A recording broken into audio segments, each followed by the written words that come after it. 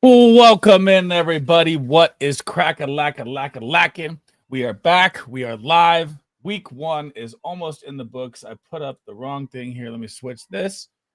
We're going to be going over each game here, recapping. Got my co-host with the most big draft energy. How we doing, brother? How we feeling about week 1? Is it over yet? Is it over yet? Is it over yet? Right. It was a nightmare week 1 for wide receivers, man. It was absolutely crazy. Well, it's like that every year for wide receiver, generally. I think what we learned this week is which running rooms are going to run anywhere and everywhere and just travel really well. I think that's what we learned week 1. But we also learned that, the panics that we see every single year in fantasy football for wide receivers the first couple of weeks, we learned that that's just gotten worse and worse every single year. And I'm not overreacting. I'm fine. I just need good Xavier Worthy news and I'll be all right. It says week to week with a brace probably, but man, Yeah. he gets popped once. I think it's over. Baby, come back. Teddy G, I see you in the no cap. What's up? Typical low scoring week 1. Don't panic. Hold strong for the long run. I agree. So what we're going to do is we're going to go over game by game here. Hits, misses, both of our sides. We're going to look at Monday Night Football here at the end. And if you guys got any questions for Monday Night Football as well, drop them in and we'll get to those. Teddy, rough week 1 for you, bro. So we covered Chiefs, Chargers, Cowboys, Eagles already on our shows before during the week. We're going to start off with the Tampa Bay Buccaneers, Atlanta Falcons game. Bucks took the win 23-20. Younghoe Koo's kicking game is just lost in the sauce. So I'll give my takes, you give your takes. Bucky Irving saved by a touchdown. Very tough Atlanta front with what they paid for in capital with the rookies paid off. They looked really good up front, but Tristan Wirfs was also out as well, so that definitely a massive help for them. The Drake London injury, hope he's back, fell on the shoulder on the touchdown catch. Bijan looked absolutely explosive. The splits between Bijan and Tyler Algier, though, were absolutely wild. It was 52-48. So when they said that it was a 1A, 1B, they really meant it. And I'm not saying that's going to stick like that because, man, you need to give Bijan 70%. This guy's an animal. But you also want to keep him healthy for the rest of the season. And I think Algier is a formidable guy to do that with for what it's worth. As they start losing, though, they need to get the guy out there. They start falling apart. I get it, though. On the other side, Kyle Pitts looked absolutely amazing, played very high snaps, was targeted heavily. And if Drake London and Mooney, who got hurt again, are going to be out coming up here, Drake London or Kyle Pitts is going to be a smash play versus Minnesota. They struggle versus the tight end heavily in week 2. Buccaneers side, everyone was hyped on Emeka Egbuka on planet Earth, and he delivered like a freaking stud that he is. I mean, this guy may be a top. Where was Mike Evans? Mike Evans did not have a good game. He played all right. Mike Evans, guys? God, he did not play great. Yeah. Hey, we're just not going to overreact to that one. Just that one in particular. We're not going to overreact to that one. Any other takeaways you got from this game? I'm pretty sure I think we had everyone on a sit or on a start. So I mean, I missed on Mike Evans. I guess I'd say as a start, he was under. He only had 10 points, but Egbuka, Bucky. So Baker, where did you have Egbuka ranked? I had Egbuka low at 34. I had him ranked at 14. Him ranked at 14. So I was really high on Emeka Egbuka this past week just because of the slot splits that I saw. I mean, he only got 6 targets. The volume's still not high, but he. I mean, the touchdown production definitely clicked it up, but the slot production that they allow, that's what Atlanta Falcons do allow to opposing slots. So who does Atlanta play week 2? The Falcons week 2. I do not know. I don't have it up. I know a couple teams week 2 because I'm already looking ahead to the matchups I like. Falcons have the Minnesota Vikings. I said that as a freaking thing. God, I forgot. We'll figure out tonight who's going to be the slot back, or it could be TJ Hawkinson. But that's going to be the guy who's going to be hyper focused. Obviously, we're going to see Justin Jefferson do Justin Jefferson thing. Oh yeah, Jalen Johnson's out too. Yeah. Go ahead. I was going to say question from Roy. I just want to say that I laddered up the receiving yards and receptions for Bijan Robinson. I got up to 7 receptions and 120 receiving yards in my ladder, and we missed by 1 on both, but very profitable nevertheless because he was at 3.5 and 22.5 receiving yards. So he destroyed in the receiving game. It was ridiculous. That was fun, and the fact that he housed it too, like he's going to be really good this year. He looks so good, it's crazy. Roy says trade Garrett Wilson for Tyreek Hill. You're out of your mind. And it pains me because I said sit Garrett Wilson in this matchup. You never sit Garrett Wilson ever again. You never sit Fields ever again, either for me. And breaking news, according to Bones, could be bad news, but nevertheless, Tyreek Hill, his ex-wife, Kenny Vaccaro's sister, has reported that there's been numerous instances and situations and scenarios where there was domestic abuse, violence. Yep. Domestic violence and abuse in the relationship. So, yikes! And the Chiefs are after Tyreek as well, as the update I'm seeing. Well, I mean, this might ruin that. Yep, it could. What's up, Chef? He might get traded still. I'm going Garrett Wilson. I don't trust that guy at all. I'm not taking Tyreek, right? That's just bad fantasy, bro. Was my best was in the lineup, just didn't show up. I told you to sit freaking Terry McLaurin, bro. You gotta listen up, Teddy. Thank you for the subscription. Crypto Raccoon, how we doing, brother? To the Chiefs he goes. I could see it, man. I could see it, Bones. All right, so we covered that game. I don't know, but they're in win now and they need it. I didn't pick a winner for the Bucks Falcons game. I thought it would be too close, and it was spot on with too close. I did not take a winner there. I don't think you did either. We're like, fuck that. We're just gonna let it play out. I took the Falcons. Took the Falcons. Yeah. Okay. Moving on to the Bengals Browns game. I mean, my takeaway from this game. I'll let you take this one. I took the last one. My takeaway is Dylan Sampson is exactly who I thought he was. My concerns of Harold Fannin dipping into the usage for David Njoku in the back of my mind for ranking him as a tight end one came into fruition, and that was terrible. Jerry Jeudy was better than both. And Jerry Jeudy is a must sit, but he was better than both T. Higgins and Jamar Chase combined. And yeah, like I'm not panicking on heavy passing attacks because, as I said, like you're going to see a lot of teams try to secure the win in week one. And that's the most important thing in the NFL is leaving with a W, not feeding your fantasy football lineups. But eventually, when the scenario calls for it and they're in closer games where they need to feed their wide receivers and hyper target them and put them in those 50-50 scenarios where their wide receivers got to go up and get it, we're eventually going to see, the wide receiver ones come back into life. But the first 2 weeks is going to be all robust RB all day. And then projecting the crazy Noah Fant touchdowns. I mean, fuck, who saw that coming? But yeah, Noah Fant outscores Jamar Chase and T. Higgins combined. Right? Yeah, I love Dylan Sampson. Chase Brown was inefficient to say the least, but that run defense, like we were talking about prior to coming on stream, that was a really, really legitimate run defense. We'll see how Myles Garrett had fucking 3 sacks in one freaking drive. It was run. I believe it was 2.5, wasn't it? Well, they gave him a half for the fall over. Yeah, I can see that. And who they got Jacksonville this week, so that's a good game. Light them up. That's a good I'll jump into my take here. Bob says, have the number one waiver wire. I need a wide receiver. My options are Keenan, Pittman, Hollywood, and Johnston. Are any of those guys worth my number one? Who am I going to say, Celise? You're going to say Pittman. Hell yeah. But Michael Pittman had too much of an advantageous matchup. He shouldn't be on your waiver wires, though. Yep. I mean, Keenan Allen's going to see more volume, I believe, than Pittman. But do I think the Chargers are going to pass heavy like that every game against a stout run D versus Chiefs? I don't know. We've got to wait and see. But I would go Pittman for sure. He shouldn't be on your waiver wires, Bob. I do like Hollywood, but I do think they bring someone in. Hollywood just led the NFL in targets in week 1, 2. But still, I'm going Pittman there. Bandit, what's good, brother? Haven't seen you in ages, man. Cleveland versus Cincy, ugly game. So I'll drop in my little takes here on this game as well. Chase Brown's usage was through the roof, though. The guy never came off the field. He was Jonathan Taylor, 100% out there the whole way, which was crazy. You didn't even see a carry from a different running back, which if you own Chase Brown, that is what you love to see. I'm not worried about Jamar Chase or T. Higgins. I have, a little more worried about T. Higgins, not Jamar Chase. Jerry Jeudy could have had a monster day. He had 3 fucking PI flags on him. He was my smash start.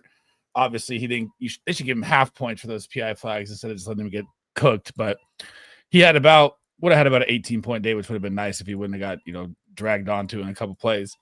But you're right about Njoku. I'm a little worried with Harold Fannin. He came out and looked great. I did not see 9 targets coming for him. That was electric. And Bengals run D was impressive. I mean, they held the Browns to 50 yards as a team. I'm not saying the Browns run game is great or anything like that. Maybe Judkins is back week 2 for Baltimore here, but still, That was pretty impressive for a Bengals defense. It's supposed to be very, very bad. Moving on here to the next game, we covered Falcons, Bucks, Dolphins, Colts. This was embarrassing. This is as worse as it gets. Everybody was exactly right that talked on the shows about this team just being a complete disaster. I think Mike McDaniel's days are numbered here. Tua was a first read and done. He looked lost. Devon A-Chain, Ollie Gordon I had as a sleeper, but when you're down 30, you're not going to use a 6'2", 230-pound back. So he's not going to see much playing time because they're not ahead. And even if they get injured, he's not much of a pass catching back in that role. With the Dolphins, I'm very, very scared. But one player I'm buying incredibly low right now, which you should, especially with all the Tyreek news, is Jalen Waddle. I am trying to acquire Jalen Waddle across the board because if Tyreek is gone, he's going to smash volume. Didn't he get hurt at some point? Did he come back? Is he okay? What's going on with him? He popped his chest on like the second drive, then came back out the next drive. But if with all the Tyreek Hill nonsense we just talked about, if he's gone, they're going to be playing down all year long. Chris Olave situation. Remember, I told you guys, Chris Olave, volume, and he got 13 targets, and he even missed a freaking couple drives because of a chest injury. And he also came back from a concussion. That was. So these are things that matter. These are things you got to look at. Moet says, "What's good, family? Junkins is back. ETM phoned home, and Breece Hall is still. I had to throw my Breece Hall apologies out, man. He looked fucking great against a great You haven't matchup. given me mine. Where's my Breece Hall apology? I gave you that I was wrong on Breece Hall on Twitter. I posted it live for you. Did you? Yeah, you commented on it. He looked great. I gotta go frame that. Bears win by 42. Mr. Magic, what's good? Tyler Warren was unbelievable. The guy should have been the first headed off the board. I still never understand this Colston Loveland thing. We'll see what he does tonight, though, against Minnesota in a good matchup. Poker Guts, I got one for you. He says he likes Thielen 6+ receptions and 70+ yards. I believe that it is the Thielen, more than a Thielen night back in Minnesota. I think he finds the end zone this week too. Hooked on a Thielen. How much Fab? Do you know what the spread is right now? And let me know when you're ready for my Dolphins Colts take. Do you know what the spread is right now for the Cleveland versus the Baltimore game is? Oh, I bet it's 17. 12.5. It should be 17. I'm gonna take Cleveland to cover. No, hell yeah. No, Cleveland's Ravens gonna are cover, pissed. man. They blew that game. I mean, fuck. They blew the game against KC last year, and then week 2 they lost to Vegas. So Mr. Magic says, how much fab should I put in for Keenan and Fields? Man, Fields we were completely wrong on that. Chev led me wrong. Chev, where you at? You said the Steelers control the freaking quarterback. He absolutely looked great. He looked great passing. Garrett Wilson looked like the fucking stud that he's always been. I said bench him because the matchup. I'll never do that again. He looks so damn good. I would spend, depends on your situation, Mr. Magic. What do you have? Who's your quarterback? What are you looking at here? I definitely want to acquire Fields, but I don't want to throw it all away without knowing what my roster is, Yup, how we doing, brother? Is Kittle going to be on IR? They said multiple weeks was the update that just dropped right now. Brock Purdy may be out as well, is what they're saying also. And looks like Juwan Jennings is going to miss. My Niners just falling apart already, so it doesn't look good. Do I like Juwan Johnson? I love Juwan Johnson. I love the Saints. I love the volume. I love the playing from behind. I love the second most pass attempts in the NFL. And that's the what's going to happen. 93% snap share. 98%. He never came off the field. Wow.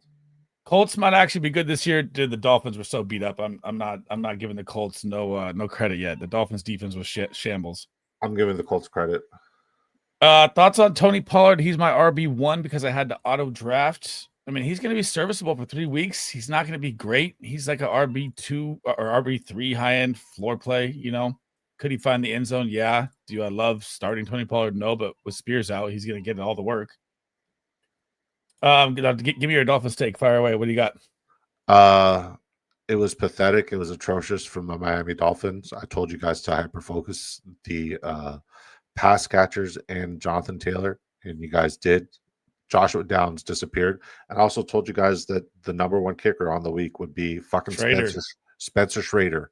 And you guys didn't listen to me, but we know Daniel Jones isn't going to convert every single fucking drive into a touchdown, but we knew that every drive was going to result into points. It's what I said verbatim. I'm not even a kicker guy. I don't do kicker stuff. That was good. He missed a kick too. He could have had 19. I don't even do the kicker shit. That's the wild part. But yeah, that My biggest takeaway is I like Indy to win the AFC South, and they started off really hot.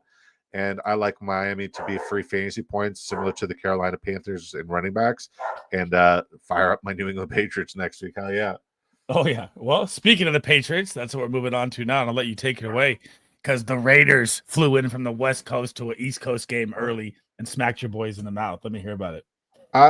So I'll go out and say this. I think Josh McDaniels called such a reserved game plan, and the game script was way too reserved. There was no explosive aspect to it. The pre-snap motions, whatever. It was creative. It was good, but he was too reserved, and he didn't unleash Drake May. I feel like Drake May was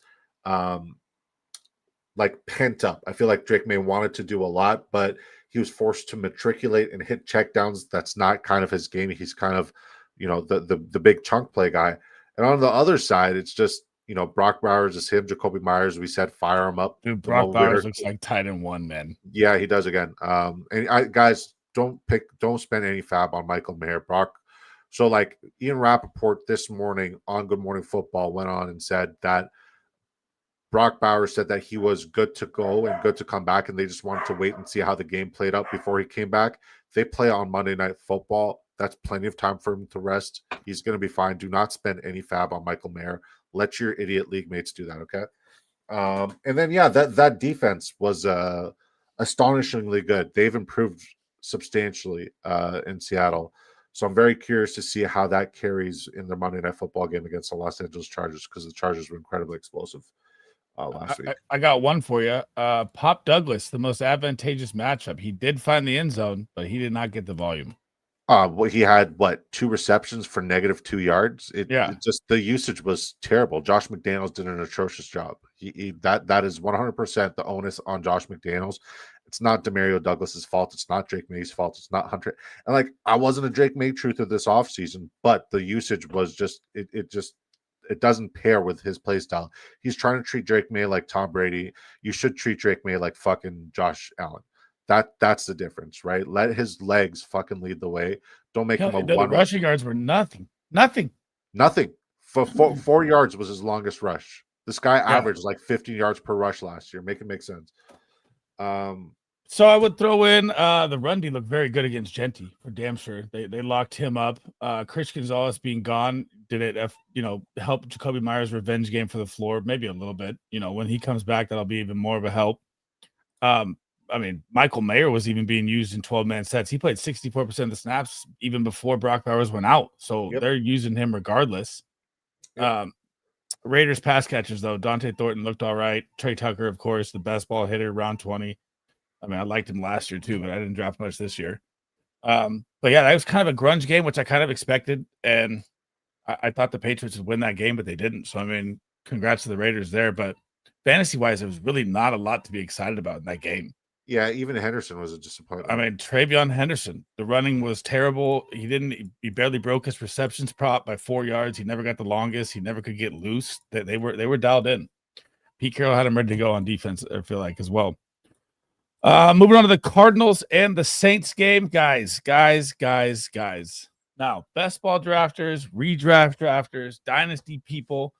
When we're talking about the Saints, I've been telling you all year long, they are going to be volume in the pass game, and Spencer Rattler attempted 46 passes in this game, the second most on the week. Chris Olave had 13 targets. This is why I was telling you to draft these guys. Alvin Kamara's running back game looked terrible. James Conner got outrushed by Trey Benson. That was weird. Kyler Murray still got 2 touchdowns with the illness. Marv finally found the end zone, but his volume was only 6 targets. So, people are hyped on Marv, but they get the Panthers next week, so they got 2 great matchups. Am I really hyped on him still yet? Not really. Saints-wise, Jawan Johnson's tight end 1 on the week. Who called that? No one. He played 98% of the snaps. He was great. He's probably a waiver wire pickup if you want to look at, because that's going to be the security blanket all year long. Besides that, I don't really have much from this game that I really liked fantasy-wise outside of that. I'm hoping Kamara gets traded. Yeah, I think you nailed pretty much everything. The one thing I will say, especially for all the people listening, and I don't know how many people are watching on X, and I don't know how many people are watching on YouTube right now. But I'll say this: take a moment to smash the like; it really does go a long way. And make sure you guys start your running backs from the Arizona Cardinals this week for week 2. Oh yeah, going against the Panthers. Just If James Conner doesn't smash this week, I'm gonna lose my mind. Well, I mean, Nope. Great DFS play. I agree. Whenever you play the Panthers, you start everyone. Fuck. I mean, God, Bryce. Apparently not the wide receivers, because you could just run the ball so fucking well. You don't need to throw. Yeah.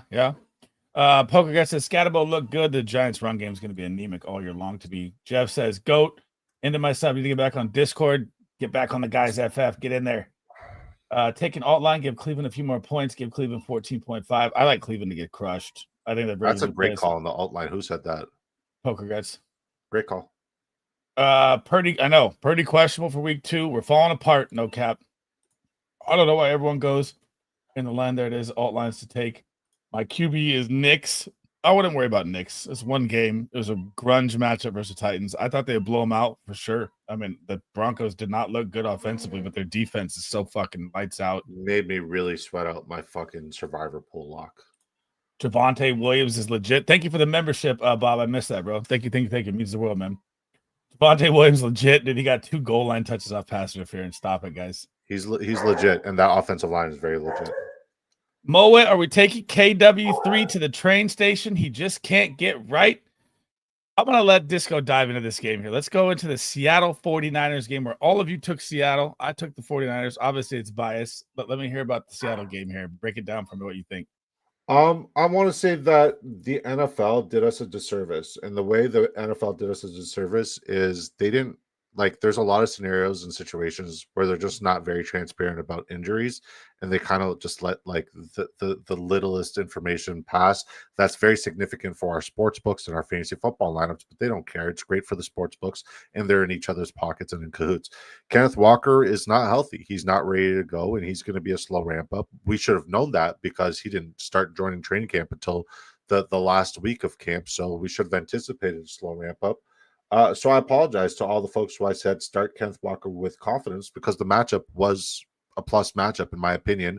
I think the game script was a plus game script. I just anticipated a lot more volume and usage, but I didn't realize that they were going to, just use him very seldomly. And it was rather disappointing. But I digress. I would say shame on me for not providing that information. But that shame cannot go on me because that wasn't on me. So I apologize for giving you guys bad advice without the full information, but the full information wasn't accessible. As for Cooper Kupp, he was my hot take, and now he's going back to the old folks home. I apologize for that one as well. That was a bad take. Jackson Smith Don't make me laugh. Jackson Smith and Jigba's usage was absolutely phenomenal. The Seahawks defense was lights out. They were a legitimate defense. And I want to say the Robert Saleh defense, the Christian McCaffrey usage, that's very encouraging. But the San Francisco 49ers starting quarterback next week in Mac Jones, light him up for BTJ, baby. But what could be a trap game is the CMC's in a crush. Well, yeah, no matter the scenario and situation, CMC is going to crush. But against the New Orleans Saints, damn. That's the best matchup you could possibly have for Mac Jones being your quarterback. And take it from a Patriots fan, Mac Jones is one of those quarterbacks you don't want at the helm for your team. You might want to just burn your 49ers paraphernalia this year. It's just rough, man. Let me jump in here on these Bang Bang Niner gang that got the dub, which I told you they would. We lost George Kittle on the second drive. We lost Juan Jennings. We missed 2 field goals, and we still won in the 12th man with Brock Purdy with a bum shoulder at the end of the game. Come and get me, Seahawks fans. But defensively, Robert Saleh put the rookies together. It looked nice. They got after him. I've been saying all year long, Seattle's offensive line is not good, and they are not good. They did not look good at all. Their running game was absolutely terrible. 67 yards combined between the two of them with 22 carries with 3 rookies in the front 7 is very, very bad look for a Kubiak offense. The Seattle offense how about this little trivia question? How many completions did Sam Darnold have outside of Jackson Smith and Jigba?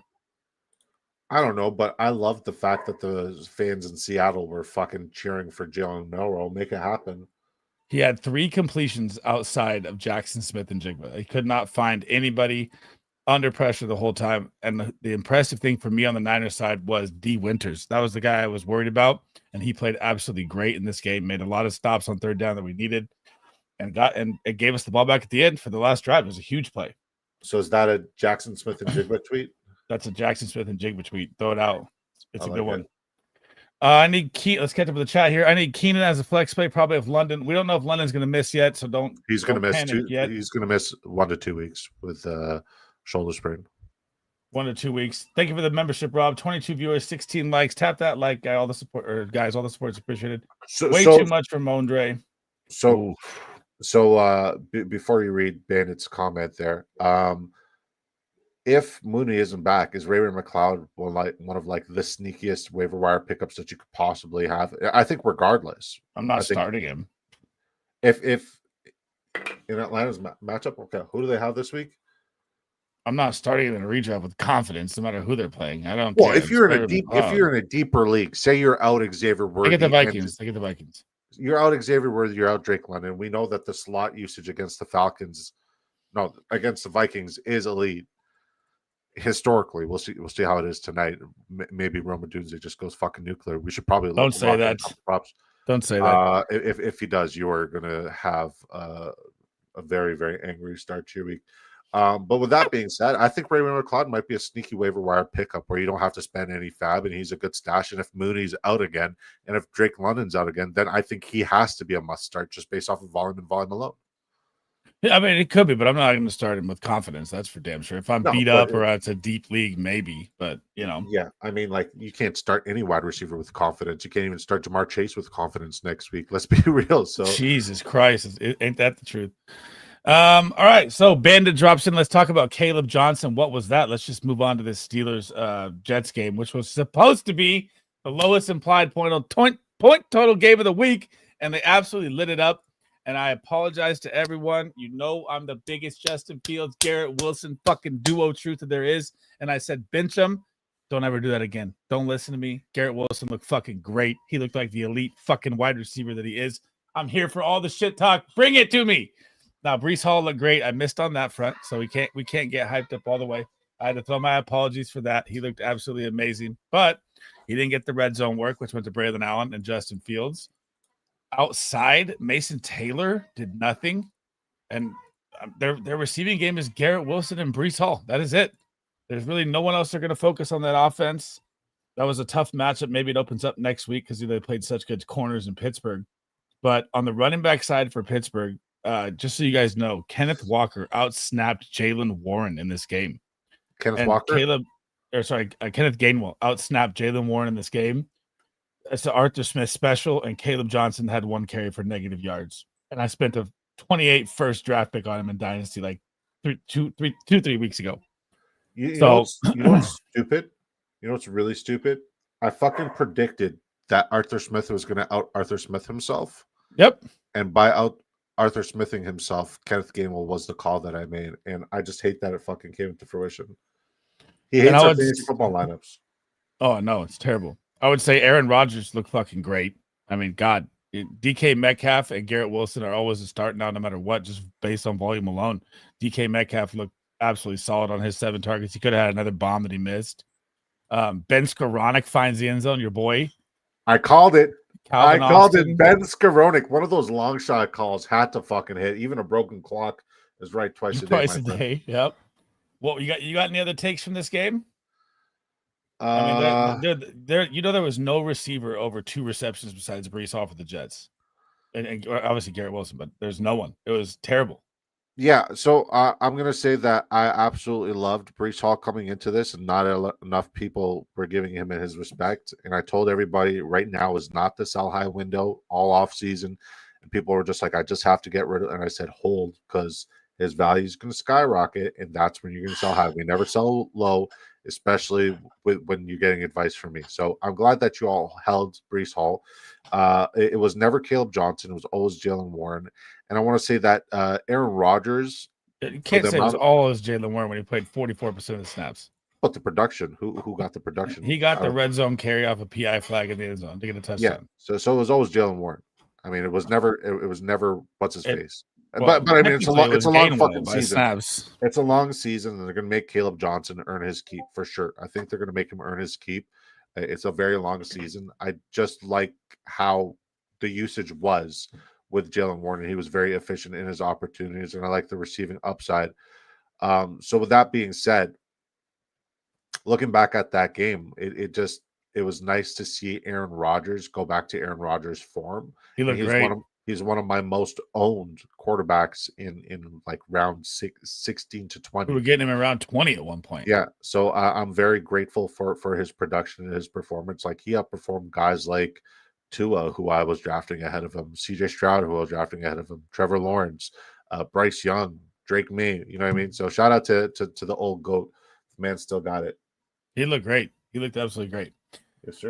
But besides that, I mean, I still wouldn't feel comfortable starting Aaron Rodgers. I know he balled out. I know he's a top 10. You got a new member. New member, Jeff. Thank you, brother. Welcome. We're going to try and get through all the questions here. We're trying to cover every single game at the same time. And in the last 20 minutes, we'll start to look at some pick-up tickets and talk about fuck, we forgot to tell the chat that I'm him. What? Fucking last night, what I woke up to in the morning. Oh, yeah. You got Big Draft Energy got second overall in the DFS draft him on drafters.com, $750 out of, I believe, 5,000 people. Hang on. Where's my little thing?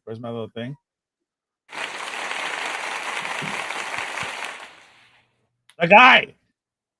Yeah, it's nice to wake up to 750 USD. That's like 1,100 Canadian. So I'm fucking loving life right now. It's great. The question from Yup is, who's a stash running back who could be good for later in the season? I would go with Trey Benson if he's available, or DJ Giddens. You found out real quick that DJ Giddens was the running back too, and Jonathan Taylor has a huge injury history, and he already got kind of banged up, and they were talking about it in the game. That's why they kept him out, because of his back. It's Brashard Smith, because Brashard Smith's a good one too. I'll tell you exactly why. Say Casey doesn't pick up another wide receiver. Here's what they're going to do. Here's exactly what they're going to do. They're going to start using him more as a receiver than a running back, and he'll be also the receiving down back. So I love Brashard Smith. He was a former receiver in college, and he has that upside and he has that usage. And they seem to just want to be saving money and really not spending it in free agency or anything like that. So yeah, Brashard Smith. Are we going to get to see Jay the Royals here coming up in the next game?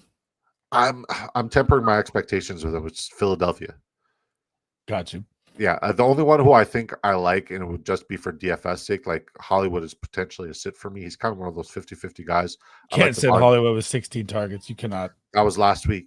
Still, right? He's the only guy they have. It's Tyquan Thornton. Tyquan Thornton, the usage, the opportunities that he got, that's the guy who I'm going to be targeting in a lot of my DFS lineups. And for all the leagues that I have Hollywood Brown out, and we have like 3-4 flexes, Tyquan Thornton has been like my priority waiver wire ad. I just love the usage and the opportunities that he's been given. So I'm going to lean that direction. And I can't disagree with you. The volume for Hollywood Brown was spectacular, but also when he gets volume and when he gets favored, he also gets hurt. So history is a cruel bitch to that guy. Reset Season says, my running backs are A-Chain, Henderson, Harvey, Braylon. Am I cooked? It's week 1, bro. You're not cooked. Henderson's going to get more usage. Harvey looked like the best running back. I fucking can't believe they used J.K. Dobbins like they did. The just kidding shit came back to backfire real quick.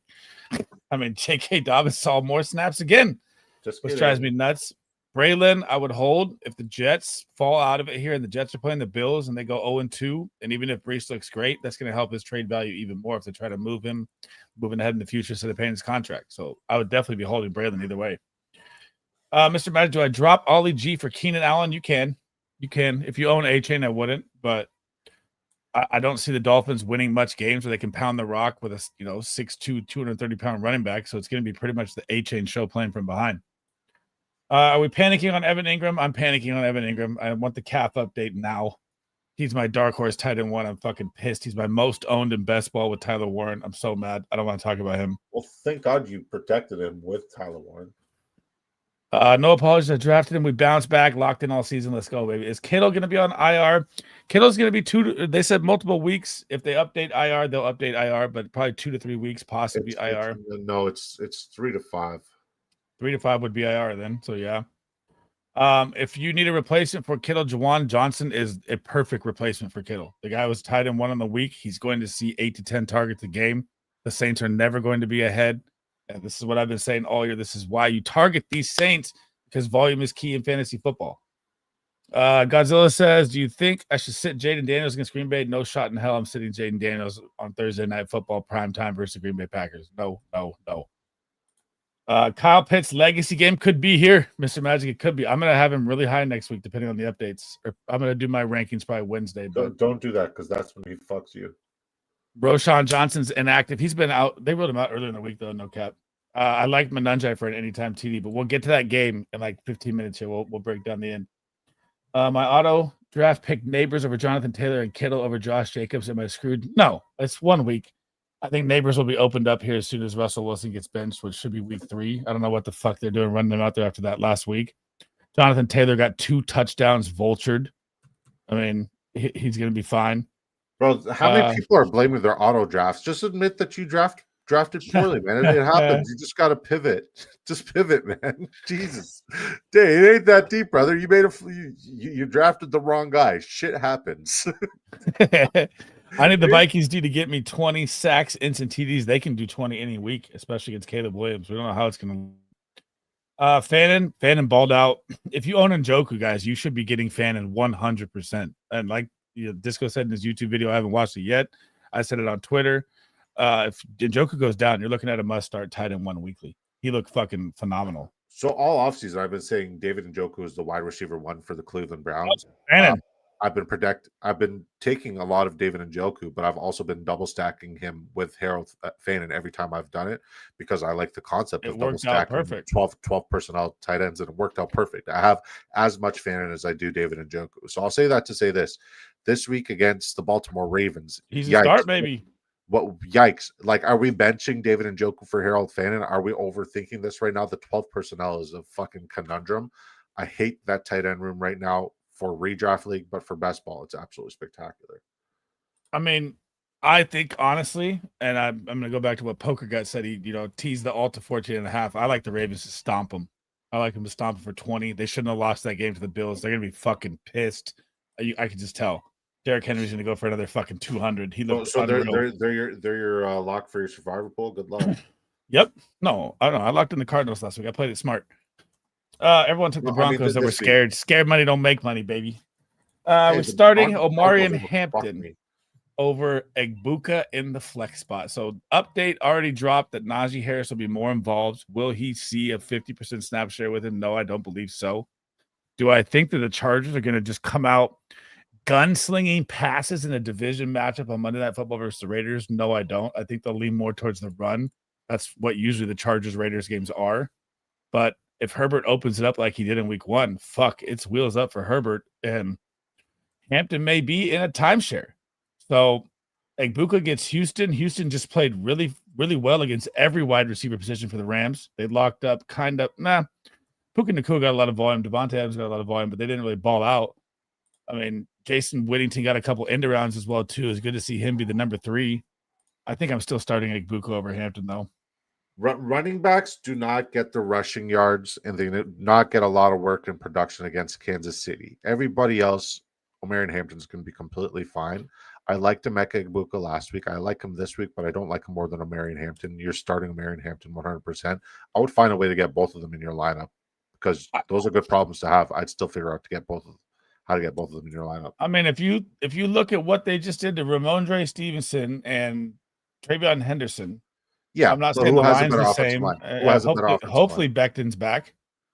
Chargers do for sure, but I mean, yeah. I always think the Chargers Raider games are run matchup, like 23-20, a lot of running. So Hampton's still a start for me. Did you watch the all 22 on that game? No. I watched the all 22 on every single game.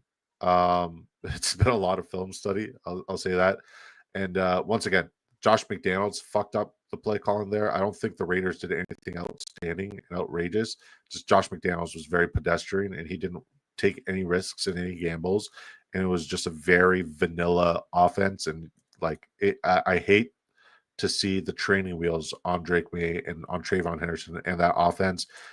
He's trying to treat him like Tom Brady, and that's not the case. And he's trying to treat these running backs Like they're not special running backs, and Trayvon Henderson usage wasn't elite either. So once again, I'm not worried, man. I'm not overreacting. I think Omarion Hampton is going to be fantastic, and I'm not worried about what happened against the New England Patriots because Will Campbell's a good tackle. I think the center that they got in, Bradsbury, whatever his name is, from Minnesota, he's okay. He's like a C+ center. Our right tackle sucks. He's B+, B-, but like he's just a big guy and old, and he's going to get hurt eventually. Other than that, I mean, Michael Owenu is okay, but our offensive line isn't all world, right? It's better. It's improved. It's improved, but it isn't all world. Like we're still just above. I want to say we're like middle of the pack, just above middle of the pack. Man, I thought the fucking Patriots were going to slap the Raiders. Usually West Coast teams struggle on early East Coast games. That was a weird one. You know what I learned about all these usually arguments? Because I made a lot of usually arguments. Usually, it doesn't matter. Usually it doesn't fucking matter. Oh, we got a question for Mode here. I have Porta and Ferg. So you got Laporta and Ferguson. Am I dropping a Conquo for Pitts? 100%. Pitts looked fucking great. His usage was great. His snap share was great. Now you got London banged up and Mooney banged up. You have to grab Pitts. I like Pitts over Ferguson at this point. That's what I'm afraid of. Thank you, boys. My tight end is McBride. Is Juwan a look for double stacking tight end at a flex? I do have Downs, Golden, Hunter, Sutton, and T as my other options. No, I would not. No. One game doesn't get me that excited. Listen, the Arizona Cardinals are going to give up elite tight end production to every fucking team they face because that's what Jonathan Gannon defenses funnel. That's what they allow. Like so the Vikings and the Chiefs. Who's Arizona playing? So Arizona, week 2. I got to pull up my week 2. Jatavian Sanders. He's the only one who's not going to produce because Bryce Young, in 90% of his fucking starts, has been the worst quarterback in football. Yeah, and I can't believe that I let you even convince me to draft this guy once this offseason, let alone fucking 10% exposure. Bryce Young, you owe everybody a fucking apology for your Bryce Young trutherness. Because like, week 1, week 1, he looked bad. Oh, no, come on! Did you watch the all 22 of that game? I watched enough. I was plugged into that game the whole time. He's bad at football. Like it was bad. He's bad. Well, let's just move on to the Panthers Jags game while we're here. For sure, man. Yeah, I gotta throw the apologies. I like Bryce Young for a breakout. He played absolutely fucking terrible. He looked terrible. He didn't even complete 50% of his passes, or maybe 51% if he did. Tet McMillan did not get going till late. He had a couple nice flag plays that could have changed it. Jatavion Sanders was atrocious. Hunter Renfrow, Xavier Legette, they all got mad targets, but the targets were fucking uncatchably horrible balls. It was not good on the Panthers side besides Chuba Hubbard. He's the only thing, like the only good thing to take away from that game was Chuba is going to be solid all year long. And they weren't even getting pressured. Like Bryce Young just couldn't find anybody. He's too short. Their offensive line is fantastic. I know. Jags side, ETN shut everyone up.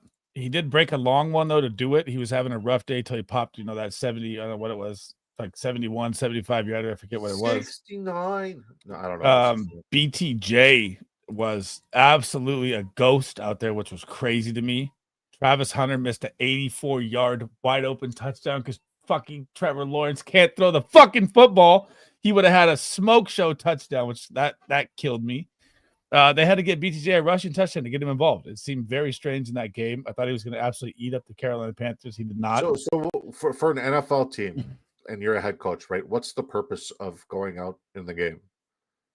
If I'm say it again. If you're an NFL coach, what's your purpose? What's my purpose of going out in the game? Yeah, what's your job? My job is to be the leader. Okay, so what does leading ultimately? What's the result that you're trying to accomplish? Win. You're just trying to win the fucking game, right? Yeah. Ultimately, if you're in a situation where your running backs in your running room are fucking just eating up the entire fucking situation, they're dominating, they're controlling the time of possession, they are moving the sticks, they are doing everything that you want a running game to do. And on the opposite side, the other quarterback is playing fucking absolutely terrible and that offense is doing nothing. Why do you need to fucking throw the ball deep and target and hyper focus a wide receiver one who's bracketed in double coverage? Right? The scenario in football did not arise for them to use Brian Thomas Jr. because Brian Thomas Jr. is in a close game situation scenario kind of deal. Here's a good thing, right? Every game moving forward is not the Carolina Panthers. Every game moving forward, Brian Thomas Jr. is going to get the usage. The game script just didn't call for it because we gave Bryce Young way too much credit, and Bryce Young and that Carolina Panthers offense is a dumpster fire. Once again, they're not going to face that many dumpster fires, so we're going to see him get elite usage this next week. And if he doesn't, it's going to be the fucking week after that, and we're going to keep going. We're going to keep going with it. So, right until she dies. But like do you understand like the logic there? Like they were up. Well, what's the point of fucking? I understand the logic, but there's also logic of saying he only had one catch and the entire team out targeted by. But what's the point of okay? How many times was he double coveraged? He was about 61%. They said, or was he? Or he was bracketed? Who's they? Or I forget whose tweet it is. Austin Abbott does all those. I watch all of his things. I'm fucking calling you on your sources right now. Call it on it. Austin Abbott. I don't know his Twitter. That's just his name. Oh, we'll find it. And he's no joke, by the way, either. Just so you know. I'm finding it right now. No, the corner with the show. Horn is lights out. He's a lockdown corner. Yeah, and he absolutely fucking showed up on BTJ. That's facts. Okay, so how many times was BTJ targeted? 7. Okay, and how many times was one catch? Oh, I saw that. It was uncatchable at 45% or something. I saw that tweet too. Okay, so like ultimately, it shows you that Trevor Lawrence and him don't have a connection. I think you're reaching. Listen, if you want to fucking create a narrative where you're creating a narrative, it's one game on week 1, that's fine. But ultimately, what it came down to is he had 2 touches of the football, and he still fucking found the end zone, right? Because he's still an explosive, efficient player of the football. I mean, Jamar Chase got bracketed. He was locked down. Are we fucking worried about the connection between Joe Burrow and Jamar Chase? Are we worried about the connection between CJ Stroud and Nico Collins? That's a top defense. Are we worried about CJ Stroud and Nico Collins? Yeah. Are you really? I'm not worried about Nico, but I'm worried about the connection. Yeah, it looked bad. Oh, that's just a lot. It's too much. How's that too much? You listen. At the end of the day, they played from behind the entire game.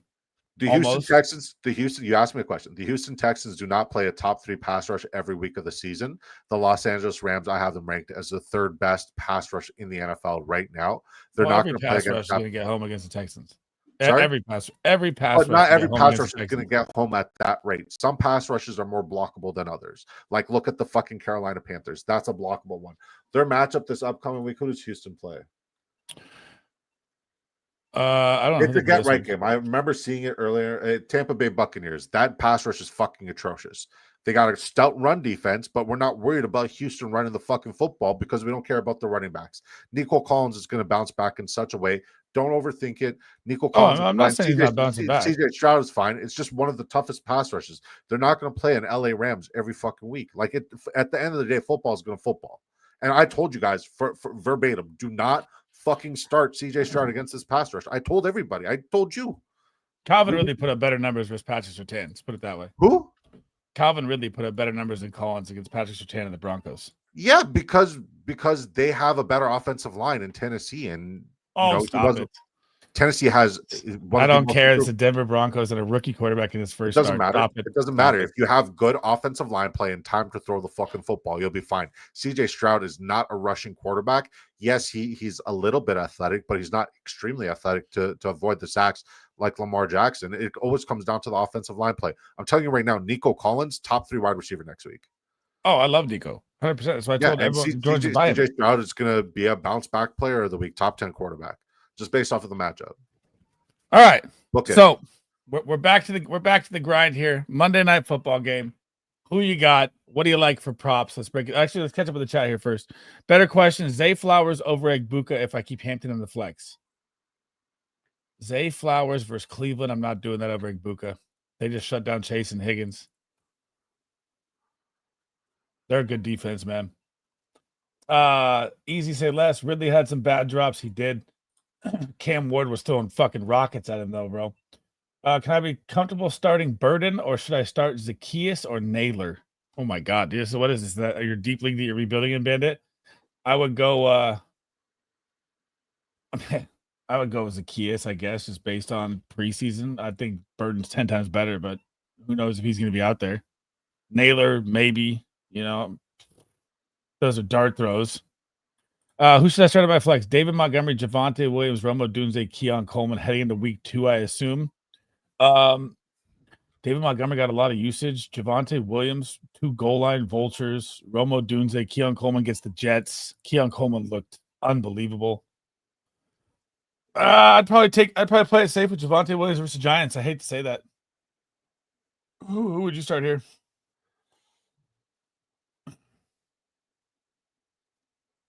I got to look at the matchups. I haven't done my rankings yet. So it's I Lions. haven't done my rankings yet. I'm not going to answer without doing. Yeah, I'm not there either, but I think I'd go Javonte. Just stay tuned. Subscribe to Big Draft Energy. Yep. Subscribe to Sleaze Bomb. Look at Bandit. Put some fucking respect on JC Horn's name. He is nasty, bro. He gave the business to BTJ. I don't care what anyone says. You can what did JC Horn do last year? He was hurt last year. Was he? Yeah. Tank Bigsby to the Eagles. Stop it. Is that real? Eagles traded for Tank Bigsby. Everyone's dropping that. What are they worried about? Saquon? Uh-oh. Down 15, I have McCarthy, but could pick up Caleb. Who do you like to score more tonight, McCarthy or Caleb? I like Caleb to score more. I have them ranked quarterback 22 and 23, and I don't have anyone ranked at 22 or 23. I think you're going to see a more of a Vikings run approach here tonight than you are a pass game. I think the the Chicago Bears are going to pass more than the Vikings side, I believe. Great tiebreaker. That's how I would do it. T-Law stinks, dude. I'm telling you, it's over. It's done. I don't think he's good. I have little faith. I mean, like last year, Jamar Chase and fucking. And guys, buy Shell Tootin, even with the Tanks Bigsby trade. So you got to lock this in, guys. Buy Shell Tootin was outsnapped by LaQuint Allen last week by a lot. So yeah, Tootin maybe stock going up, but he didn't play at all. Tank Bigsby traded to the Eagle. Travis Etienne season. I like that. Just got the Tank news, goes to the Eagles. Down 13, Mason or DJ in the flex. I like Mason for an anytime touchdown, but if I'm down 13, I'm playing DJ more. Who are you playing here? DJ Moore. I agree. Jay Hang, I need a running back. What running back would you trade BTJ for? Why are you trading BTJ number 1? Let me hear the rest of your lineup. Don't panic on 1 week. But while we're waiting here, what pick'ems do you like from the game tonight, if any? I just secured my 20x pick'em ticket, and I'm sending it out to a couple fellas. So make sure you send it out to the. So I love. Put it on the Patreon. Huh? Put it on the Patreon pick'ems. All right, cool. So I like the receiving yards for both starting receiving backs. Yep, I like that as well. Maybe share your screen so you could show the folks who are watching. Oh yeah, here you're right. Yep. Bang. And guys, sign up using promo code 17.5. 16.5. Okay, let's lock it in. Yeah, and then I like so once again, I love the idea of receiving yards being funneled to the slot and the tight end. So I'm going to go with Colston Loveland, even though it very well could be a Cole Kmet. So I have a ticket with Loveland over his receiving yards, and I have a ticket with Kmet over his receiving yards. Okay. Thank you for the subscription, Hang. So one or the other, whichever one you want to choose. I'm leaning Loveland. I think that's my lean. It's 60-40. I'm going Loveland here. Yeah, I'm going TJ Hawkinson, 4.5 receptions. I took that. And then Justin Jefferson over his receiving yards, 80.5. I got a free $20 ticket. Let's ride. W. That's about $400. Yep. All right, there's our ticket, folks. But I'll tell you what I like though. So I do like those as well. But my favorite lock of the night is anything TJ Hawkinson. So I like the receptions and the yards for TJ Hawkinson. But my favorite lock is JJ McCarthy over 16.5 rushing yards. Okay, so give me one for Hawkinson. Either one. I like both. Receiving yards or receptions, whichever one you like. Okay. I think Hawkinson has a big night. Okay. So I need somebody from the Bears now. From me, let me see. I also like Olamide Zaccheaus, 22.5 receiving yards is very tempting, but so is Roma Dunze, 49.5. It's Russian roulette. I like Kyle Manunjai, 14.5 rushing yards. Okay. You'll get $10. Let's go two low ones. $10 Hank says I have 10 cents London, BTJ, Reek, Egbuka, Hunter. So you're trying to get rid of those two wide receivers on the same team. I get that. Start 8 league running backs for Henderson and Javonte Williams. You need to get a running back bad. So wait, are you comfortable starting Tyreek Hill, Emeka Egbuka, and Travis Hunter every week in your starting lineup as your 3 wide receivers? I don't think so.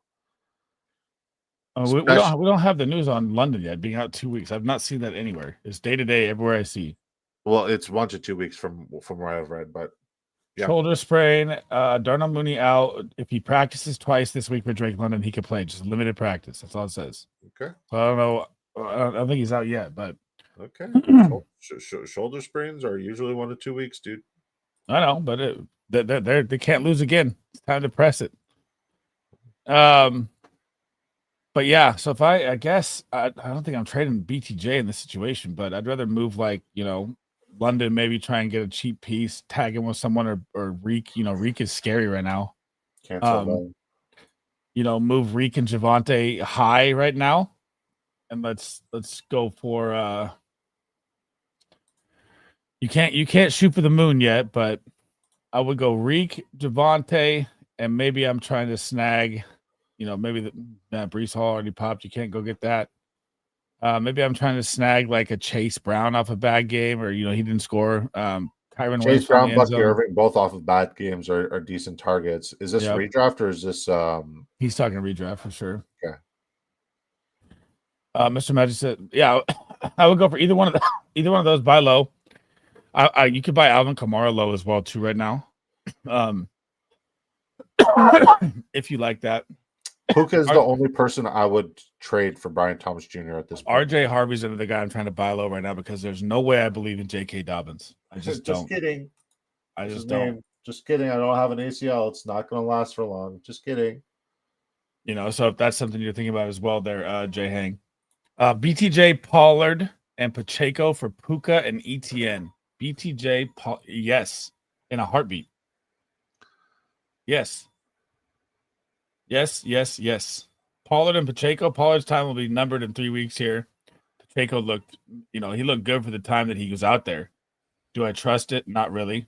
And I can get Puka and ETN, who ETN look great. I would do that. Would you, you're a BTJ guy, so you're not doing that. No, I said the only person I'd consider trading Brian Thomas Jr. for is Puka Nacua because he's the only person who has the upside to challenge Jamar Chase for the Triple Crown. Okay. All right, we'll see as the season goes. What do you mean? CeeDee Lamb doesn't is just retarded in my mind, but that's fine. No, CeeDee Lamb is top 4. You should be grateful that he's there. CeeDee Lamb should have had 40. You're grateful that he dropped it. Yeah, I mean, shit, man. I'm not grateful that he dropped it because I had him in a couple fantasy football lineups. So takes last question here. Why have Hurts, AJB, Ladd, MHJ, Purcell, and Hollywood? So Hurts, AJ Brown, God, that hurts. MHJ, Purcell, and Hollywood. Running backs, Bijan, Monty, Mason. Oh, man. So it falls off real quick at running back. Have Fields on the bench, 12-man PPR. Do I sell AJ Hurts stack for an elite running back? He's going to tell you no. No, just let me put you on fucking game. I don't care what Sleaze tells you. And Sleaze always gives solid trade advice, but he also likes to sell low on players that he's been hating on just to prove a fucking point and to double down. You never sell low on any player, even if Sleaze dislikes the player. AJ Brown will pop, and when he pops, that is your sell window, and then you have my full permission to fucking sell. Never sell low. Yeah, but there's a difference of what if it doesn't and you don't get any value at all, it gets worse. You're definitely going to get value on it, fucking AJ Brown. Like, what if I was born with a fucking wheel? Then I'd be a fucking unicycle. Come on, man. Come on. Depends on what you're getting, though. So, I mean, you got to realize also these guys are big names that carry a lot of weight in fantasy, even off a bad game or not. So, it depends on what you're getting. AJ Brown and Jalen Hurd still carry enough trade value to get a decent trade done that could help your team be better. And then the worst part is if AJ Brown pops, you're not going to sell him because it's AJ Brown. You think he's going to light it up again. So what's the best value you think you could currently get at this for time? Jalen Hurts and AJ Brown, you can get a lot. No, I'm okay. Just Jalen Hurts aside, what can you get for fucking AJ Brown right now? Yeah. Because like AJ Brown, Lad McConkey, Marvin Harrison Jr., Ricky Persall, and They're all Hollywood, down. Bijan, Monty, Mason, Tootin. Like, you don't really need to I bet you fucking can still move get a shit. Jackson You Smith have and Jigba. sorry? I bet you can get Jackson Smith and Jigba in a package that's way better value. For AJ Brown? Yep. There's nobody in the right mind who's gonna fucking make that trade. Oh, dude. AJ Brown carries weight, dude. He does. I know he carries weight. I like AJ Brown. I have AJ Brown ranked as a top 10 wide receiver. You don't have to talk me up on AJ Brown. But currently, nobody's fucking paying that price because everybody's like you and overreacting on week 1. No. Some people wouldn't. I'm telling you, you can still work trades with AJ Brown's name. It's a big name. Please. All right, 1 minute left. Give me your score prediction for tonight. Who you got winning? I don't care about this game. All I know is the NFC North belongs to the fucking Green Bay Packers. The Detroit Lions were always going to fucking fall apart. We called it. We didn't even talk about that game. We'll save it. We called it. They got fucking spanked, belt to ass. Exactly how I fucking called it, man. The interior pressure hit the fucking running back in the backfield 15 times. Like I fucking called it to a T. The Detroit Lions are a fucking trap. Do not invest in the Detroit Lions other than Sam Laporta. And hang on. They just lost their guard for the season 2 in that game. Where's Jonathan Coe when you need him? Like, I'm glad he didn't fucking victory lap an injury on Xavier Worthy, but like, listen, man. All right, I'm going 27-20 Vikings tonight over the Bears. You like the over? Yep. Yeah, I'm gonna lean with Minnesota. I think Caleb Williams is gonna fall apart. I think Minnesota's defense is gonna be top 5 this week. I just think Ben Johnson's gonna come out and score some points because the Lions couldn't. Ben Johnson does not throw the rock. The dude I know. with the fucking nail polish does. Throw a little shade out there. Why? Go Vikings. All right, guys, that's it. Let's go. Week 1 is in the books. Tomorrow I'll drop my stardom sit-ups. We'll have all the rankings out. The show started again on Tuesday. Sorry, stand on business. PPR tips, me, Disco, and who's on your side? Or who's coming? Steve D'Angelo and Coach Jay Ratzlaff. He's like one of the bigger writers in fantasy football, and he's fantastic. Mananja anytime TD. I love that, Willie. Yeah, I love that. I love my that. expectations with the Chicago Bears today. I like DeAndre Swift's receiving yards. Yep. And one of the tight ends will score. That's what I like. All right, boys. We'll catch you during the week. We hope you got the dubs. Good luck if you need that play tonight. We'll see you Tuesday on Disco Show, and then Thursday, Sunday again. I'll be back, and I'll drop all the content for you guys. Thank you guys for the support. Let's go Vikings. I'll see you guys on Thursday, man. Peace. Bye-bye.